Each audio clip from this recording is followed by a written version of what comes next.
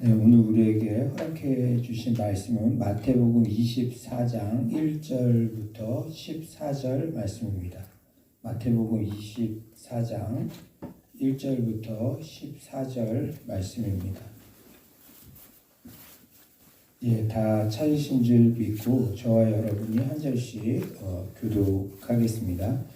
예수께서 성전에서 나와서 가실 때 제자들이 성전 건물들을 가리켜 보이려고 나아오니 대답하여 이르시되 너희가 이 모든 것을 보지 못하느냐? 내가 진실로 너희에게 이르노니 돌 하나도 돌 위에 남지 않고 다 무너뜨려지리라.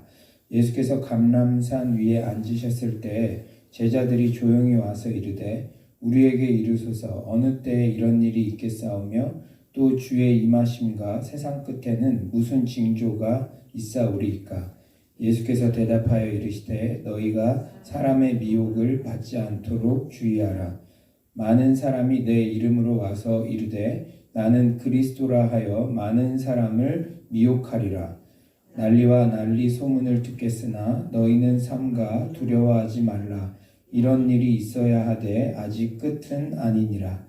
민족이 민족을 나라가 나라를 대적하여 일어나겠고 곳곳에 기근과 지진이 있으리니 이 모든 것은 재난의 시작이니라. 그때 사람들이 너희를 환난에 넘겨주겠으며 너희를 죽이리니 너희가 내 이름 때문에 모든 민족에게 미움을 받으리라. 그때 많은 사람이 실족하게 되어 서로 잡아주고 서로 미워하겠으며 거짓 선지자가 많이 일어나 많은 사람을 미혹하겠으며 불법이 성함으로 많은 사람의 사랑이 식어지리라. 그러나 끝까지 견디는 자는 구원을 얻으리라. 이 천국 복음이 모든 민족에게 증언되기 위하여 온 세상에 전파되리니 그제야 끝이 오리라. 아멘. 오늘 본문은 크게 두 가지 부분으로 구성되어 있습니다. 파괴될 성전 그리고 말세의 특징입니다. 두 가지 사건은 밀접하게 연관이 되어 있죠. 파괴와 말세는 모두 교회 공동체의 타락이라는 분명한 특징을 가지고 있기 때문입니다.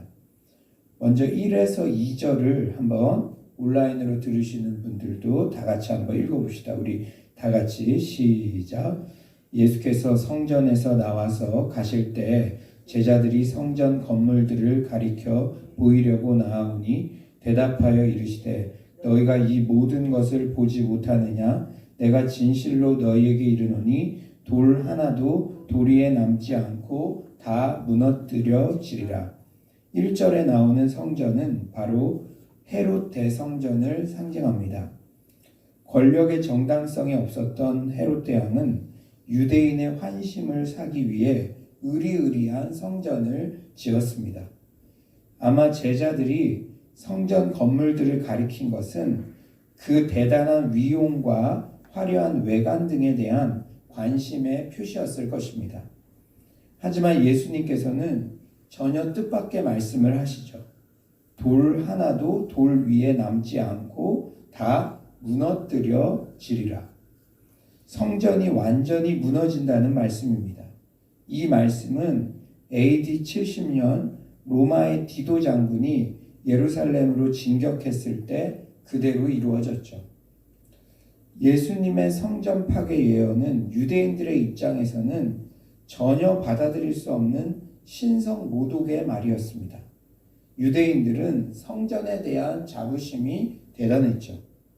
성전에는 하나님의 임재의 상징인 지성소가 있죠. 그리고 성전은 모든 민족 중에 자신들만 가지고 있으므로 자기 민족에게만 하나님이 임재하신다. 자기 민족에게만 하나님이 함께 하신다라는 선민의식이 강하게 반로하는데 성전이 중요한 역할을 했습니다. 예수님께서 성전이 다 무너지리라는 예언은 단순히 물리적 파괴만을 상징하는 것 이상이었죠. 이미 예전 본문에도 살펴보았듯이 당시 성전 예배는 차디찬 이 형식만 남아있고 하나님 사랑, 이웃 사랑이라는 내용은 온데간데 없었습니다. 오히려 상전 장사치들과 종교 지도자들은 결탁해서 막대한 부를 획득하였고 이방인들은 접근조차 못하게 하는 등 열방을 향한 사랑과는 거리가 먼 그런 악행을 저질렀죠. 예수님의 성전 파괴 예언은 이렇듯 제 기능을 하지 못하는 성전은 이미 파괴된 것이나 마찬가지고 성전된 자신의 존재 자체로 십자가와 부활을 통해 새 성전을 짓겠다는 그런 말씀이었습니다.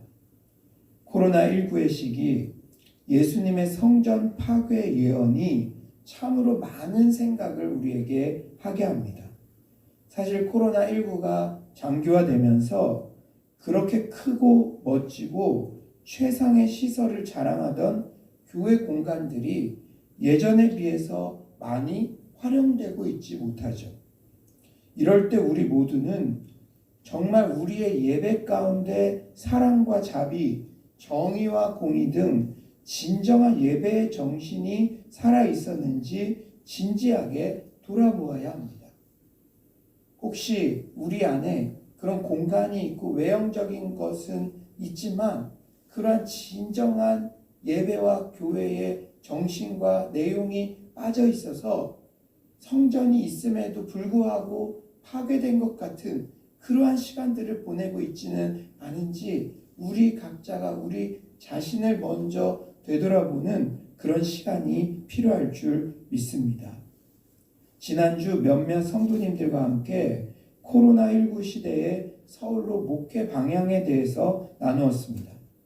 우리 교회의 강약점, 위기, 기회 요인 등을 살펴보았는데 여러분 다 아시다시피 우리 교회에 지난 시간을 통해서 많은 방문자들이 다녀갔어요.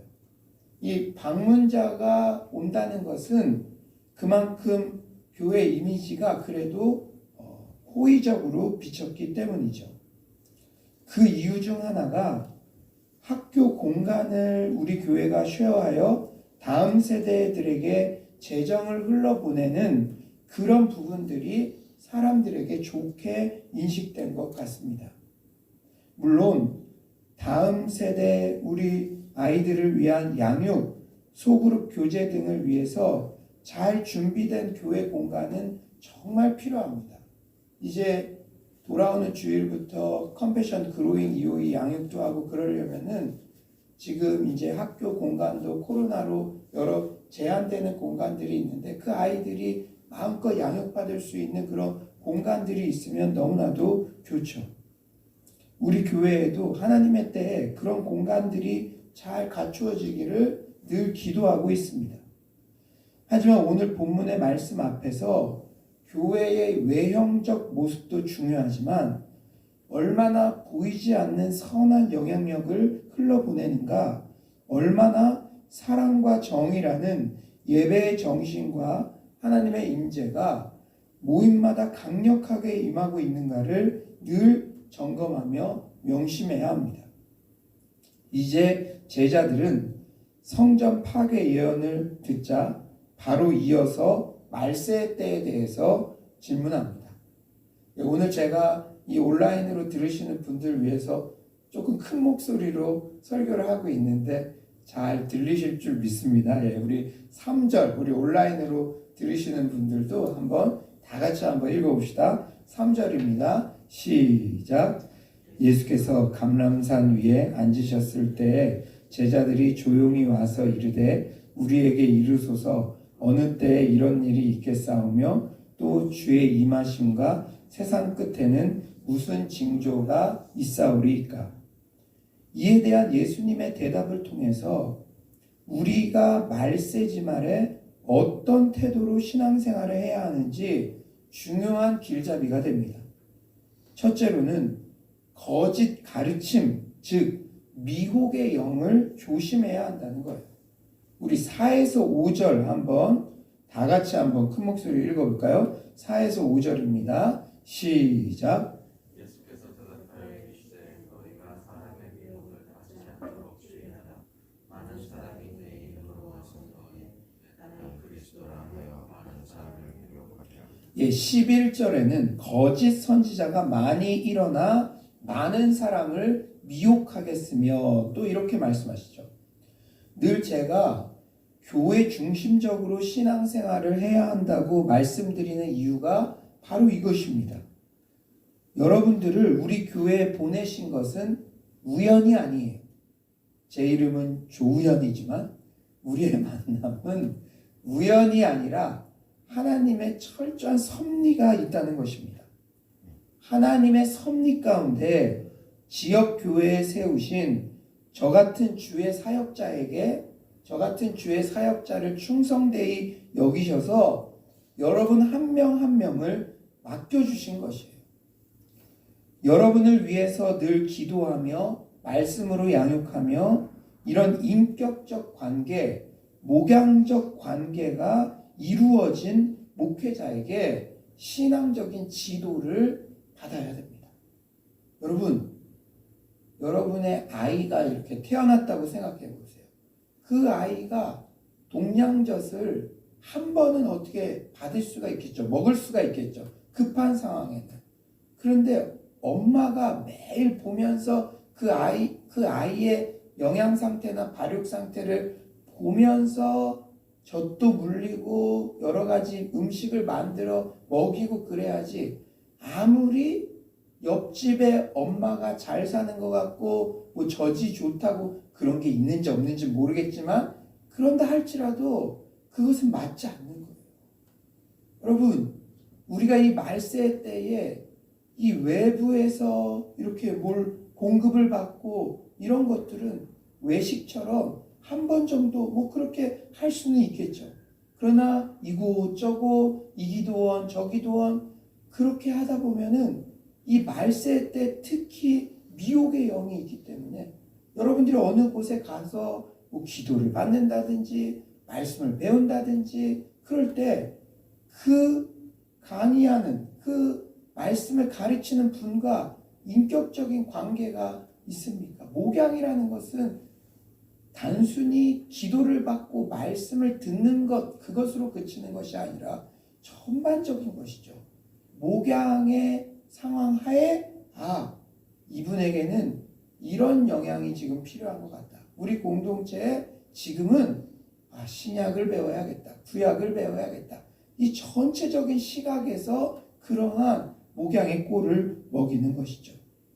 사랑하는 여러분, 오늘 이 말씀을 여러분들이 주의 깊게 들으시기를 바랍니다. 왜냐하면 말세 때에 사탄이 우는 사자와 같이 삼킬 자를 찾고 있으며 미혹의 영이 활동한다고 예수님께서 분명히 경고하셨기 때문입니다. 여러분, 성숙한 단체는요, 저도 그렇습니다. 어떤 타 교회의 교인이 우리의 뭐 화요 모임이나 온라인 강의나 그런 거를 이렇게 볼 때 꼭 그 교회의 담임 목사님이나 그런 지도 교역자님들에게 허락을 받고 오시라고 그렇게 늘 말씀을 드립니다. 이단이 아니더라도 허락을 받지 않고 그런 것을 비밀처럼 그렇게 진행하면 그 양은 그곳에서 목양을 받고 있는데 그곳의 담당 목자와 괜히 비밀이 만들어지고 거리가 만들어지면 그 틈을 사탄이 타고 부정적인 시각을 갖게 한다든지 그 거리를 멀어지게 한다는 것이죠. 왜 선한 양육을 하고 기도를 하고 그러면서 양떼와 거리를 이렇게 만들게 의도적이진 않겠죠. 그러나 그것은 잘못된 것이죠. 그런데 사탄이 미혹의 영을 넣기 때문에 그런 거리감을 통해서 기존의 양육을 받던 교회에서는 뭔가 이게 부정적인 것 같아. 부정적인 마음이 들어오면 말씀의 꼴을 받을 수가 없잖아요. 여러분이 이것은 정말 우리가 말세 때 예수님께서 말씀하시잖아요. 너희들 미혹의 영을 조심해라. 사랑하는 여러분, 우리 교회가 코로나19로 제한된 상황 속에서도 그래도 어떻게든 말씀 양육을 하려고 하고 매일 성경 통독과 필사를 하고 큐티 나눔을 하며 이런 모든 노력들이 사랑하는 서울로 성도님들이 은혜를 받고, 여러분 우리가요 죄 지을 시간이 있으면 죄로 갑니다. 그래도 우리 스스로 시스템적으로 어떻게든 말씀도 읽고 필사도 하고 양육도 받고 그런 은혜의 자리로 나아가야지. 그러지 않으면은 부정적인 생각, 우울한 생각, 그러니까 우리가 죄 지을 틈도 없이 시스템적으로 하나님의 말씀과 기도 가운데 나아가려고 우리 전 공동체가 함께 하는 것이 정말 영적인 성장도 있지만, 이 말세 때 성도님들이 미혹에 빠지지 않고 양질의 목양의 꼴을 먹이려는 목자의 심정이라는 그 사실을 잊지 마시기 바랍니다. 아멘이십니까? 두 번째로, 이 말세 때 말씀에 따라서 뜨겁게 사랑해야 합니다. 말세의 특징은 사랑이 식어진다는 거예요. 10절, 12절이죠. 10절, 그때 많은 사람이 실족하게 되어 서로 잡아주고 서로 미워하겠으며. 12절, 불법이 성함으로 많은 사람의 사랑이 식어지리라. 은혜를 한참 받다가 시험에 들거나 미혹에 빠졌을 때 얼굴이 시커매진다, 이런 표현을 쓰곤 하죠. 그리고 예전에는 그냥 웃으며 넘어가던 일도 까칠하게 하나하나 반응하기도 합니다. 그게 다 은혜가 떨어지면 실족하게 되고 서로 미워하면서 사랑이 식어지기 때문이에요. 그러므로 믿는 우리들은 반대급부적으로 말세의 때일수록 더욱 의도적으로 뜨겁게 사랑해야 하는 줄 믿습니다. 말세의 때이기 때문에 가만히 있으면 사랑이 식어지기 때문에 의도적으로 더 뜨겁게 사랑해야 돼요. 말세의 때는요, 그냥 아무것도 하지 않고 내버려 두면 사랑이 식는 방향으로 나아가므로 의도적으로 더 사랑해야지, 말로만이 아니라 행함과 진실함으로 작은 것부터 내가 사랑을 실천해야지, 이런 의도적 노력이 필요합니다. 우리 성도님들 최근 주일마다 과일 봉지 선물을 주변 이웃들에게 전해주는데, 이렇게 의도적으로 사랑을 실천하는 일들을 할 때 점점 더 사랑으로 충만해짐을 우리가 함께 동참한 사람들은 매주 경험하고 있어요. 사랑하는 여러분, 이 말씀 잊지 마십시오. 말세의 때는요, 여러분 죄는 어떻게 하면 지을 수 있는 줄 아십니까? 가만히 있으면 죄 짓습니다. 가만히 있으면. 여러분 한번 실험하지 마세요. 네. 가만히 있으면 사람은 죄 짓게 돼 있어요. 말세 때, 오늘 말씀이 나왔잖아요. 말세 때 가만히 있으면 사랑이 식어지는 방향으로 나아가기 때문에 예방주사를 맞게 하시는 거죠. 오히려 의식적으로, 의도적으로 오늘 나를 만나는 모든 사람들이 수지맞게 해드려야겠다, 이런 마음으로 행함과 진실함으로 뜨겁게 의도적으로 사랑하는 데 힘쓰시는 여러분들 되시길 간절히 축원합니다. 마지막으로, 말세의 때일수록 복음 증거 사명에 힘써야 합니다. 우리 14절 한번 다 같이 한번 읽어볼까요? 14절입니다. 시작. 이 천국 복음이 모든 민족에게 증언되기 위하여 온 세상에 전파되리니 그제야 끝이 오리라. 예수님께서는 종말이 언제 오느냐는 제자들의 질문에 정확하게 대답을 해주셨어요. 천국 복음이 모든 민족에게 증언될 때 그때야 끝이 온다. 어제는 수영로, 오늘은 서울로, 내일은 평양로, 모레는 북경로, 미래는 세계로, 땅끝까지. 그렇기 때문에 우리 모두는 땅끝 비전을 갖고 열심히 복음 전파에 매진하는 것입니다. 돌아오는 주일부터 시작되는 컴패션 그로잉 EOE 사역도 평양로 교회 어린이 센터에 벽돌 하나씩 쌓는다는 그런 마음으로 시작하는 것입니다. 제가 어제는 아내랑 저희 사는 집 아파트 관리실에 찾아갔어요. 컴패션 그로잉 이후에 이거 광고. 제가 생각을 해보니까 이 외부에서 오시는 분들은 온라인으로 이거 하는 거니까 이 동네에만 붙일 필요가 없겠더라고요. 온라인으로 동참하는 거니까. 그래서 생각이 퍼뜩 나길래 그날 바로 실천을 했죠. 가가지고 했더니 이 경비 직원분이 교회 요새 모이지 못하는 거잖아요. 딱 이렇게 저한테 얘기하시더라고요. 그래서 제가 웃으면서 어떻게 얘기했는지 압니까? 온라인인데요. 그러니까 그러면 두고 가세요. 지금 이 인근 아파트나 이렇게 우리 성도님들 중에도 본인이 작은 수고의 발걸음을 해서 아파트마다 지금 이제 그게 붙여질 것입니다.